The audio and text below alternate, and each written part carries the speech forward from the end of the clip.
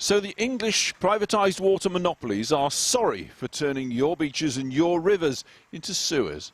But it's you who will pay ultimately for the clean-up. Expect years of bigger bills. I'm here today on behalf of the water industry to say sorry. I think we've listened, we've heard. And do what? It's the biggest investment transformation that we've seen since the sewers were built in this country in the Victorian era. So the monopolies plan $10 billion in the next 5 years to manage rainwater surges better. Expect more of them due to global warming. To increase sewage treatment capacity, repair pipework. All the things critics said today they should have been doing with your money for decades. If you go back to 2020, which we take as our benchmark year, there are about 400,000 spills a year. We're going to reduce that by 140,000 spills every year by the end of the 5-year period. But check those figures. 140,000 incidents from 400,000 a year is a reduction of far less than a half. Small wonder it's left opposition parties saying far too little, far too late. Liberal Democrats have argued for some time now for a sewage tax on the profits of the water companies. We think it's the water companies and their shareholders who should pay for this clean-up. Let's be clear, they've been breaking the law in the way they've been polluting our rivers and beaches. Last year, raw sewage was dumped in rivers and the sea 824 times a day on average. Last year, too, the privatised water monopolies paid $1.4 billion in dividends to their shareholders, and that was up $540 million on just the previous year. Campaigners say some $72 billion, yes, $72 billion, has been shelled out to shareholders since privatisation. Today, the boss of Southern Water joined those of Welsh, Yorkshire, Thames and South West in refusing to take their annual bonus in response to the public anger. No wonder then that our filthy water is rocketing up the political agenda, a doorstep issue in recent council elections, a daily health issue for our army of cold water swimmers. It's about time they apologise, but I think I'd prefer it if the apology had come sooner. I think this is an attempt by the industry to sort of stave off perhaps some tough action on the part of whoever takes over after the elections next year. The fact that it will affect customers' wallets is simply outrageous. It should not affect any of the bill payers. It should come from the shareholders. Campaigns large and small have sprouted across the country, from Westminster to Windermere, where we met zoologist Matt Staniak. When I was a kid, I used to come here and the whole riverbed was just full of aquatic plants. I mean, you'd walk through the water and you'd have schools of fish swimming around your feet and nibbling on your toes. You would have kingfishers diving into the water, and it's just gone. And that collapse of an ecosystem has just happened right in front of my eyes. And it's a travesty. Why in the Lake District National Park, in a UNESCO World Heritage Site, is sewage going into our rivers? Activists, campaigners, opposition politicians saying it's all too little, too late across the country. And another mass protest planned on our beaches by surfers against sewage this coming weekend.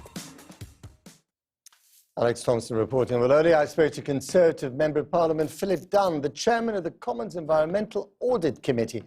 I began by asking him whether sorry and offers to fix some of the problems was good enough when the taxpayer is being asked to pay for it all. Well, Matt, thank you for having me on. I've been campaigning on this issue for 3 years, as you know, and this is the first time that the water companies have recognised by saying sorry and apologised to the public for the fact they've not been on top of this issue. So that is welcome. It's also welcome that they are now tripling their capital investment proposed to go into fixing the problem. But it's a problem which has been with us for building for 60 years, and it cannot be solved overnight. It's going to take a number of iterations of pricing review. This is a 5-year plan to invest 10 billion quid, right. And I think we need to welcome that, because if we weren't spending it, we wouldn't be beginning to fix the problem. But is it fair that the cost of fixing this problem, which many would argue should have been fixed a long time ago, is going to be passed to the consumer? So I'm standing in front of the River Thames, For the last 10 years, there's been capital being spent at the rate of £4.8 billion in building a brand new main sewer under the Thames to take virtually all of the sewage out of London. But, I mean, the problem is being solved in London, but there are many other parts of the country, in Wales, in the northwest, in the southwest, where it's not being solved to the same extent. And where people are frankly outraged that they're having to pay through the nose for their water.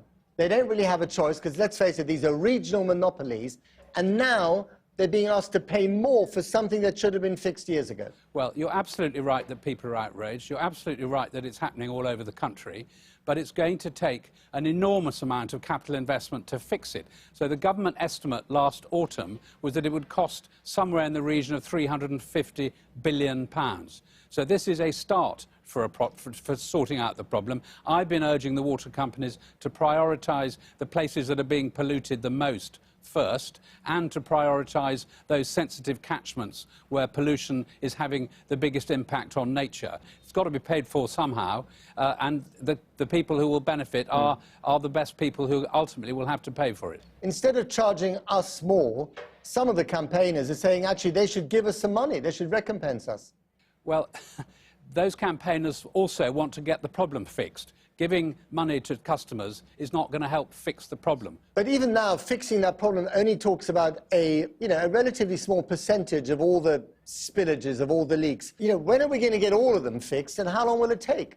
Well, I think that's a question that none of us are well equipped to answer. The government, as I said to you just now, have estimated that it could cost hundreds of billions of pounds to fix it. Just to illustrate, there's over 100,000 kilometres of combined drainage systems where surface water combines with foul water and goes into the treatment plants.